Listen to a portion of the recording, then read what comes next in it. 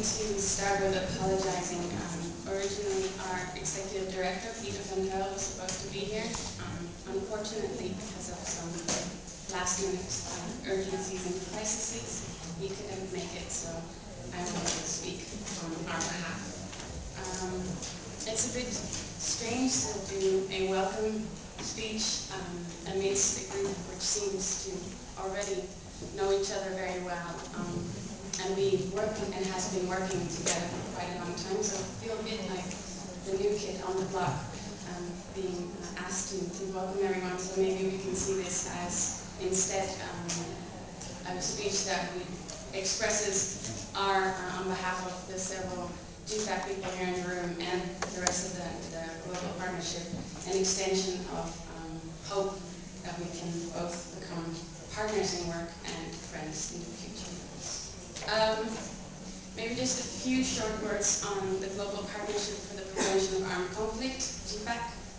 GFAC was started in 2001 after a call from then Secretary General Kofi Annan of the UN for civil society around the globe to organize itself and through that to become a partner in conversation and cooperation for both the UN, governments, regional intergovernmental organizations, and of course for civil society itself. That set out a process of 3 years in which throughout the globe different existing regional networks established itself within the framework of GFAC. And by now we can say that we've got regional networks throughout the globe varying in size, strength, but also in objectives. But together we form a global network of, I think, some 600 organizations, all working for conflict prevention and peace building throughout their own work, and together we try to do activities, projects, and campaigns that strengthen the individual work of each of these member organizations. We have a few flyers, but, and here I'm going to use the excuse of our director not being here. He was supposed to bring more. So there's a few. We can make some copies if so necessary, and if else, please go to the website www.gfac.net. But we'll distribute some here and there. Last week I was in Fiji for the Pacific Regional Steering Group meeting.